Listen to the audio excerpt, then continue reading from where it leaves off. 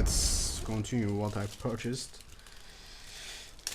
There we go, the USB Type-C branded cable. Whoa, it's, yeah, you can see its shape is different than the other one.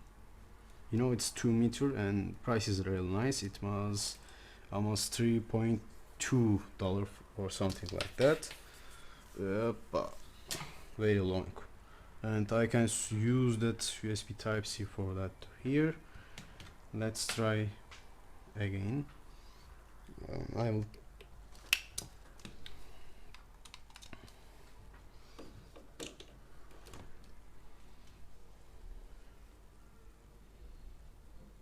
boop.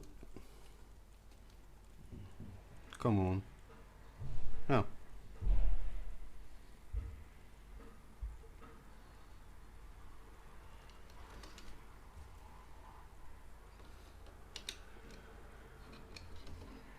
This is just like that USB Type-C charging cable.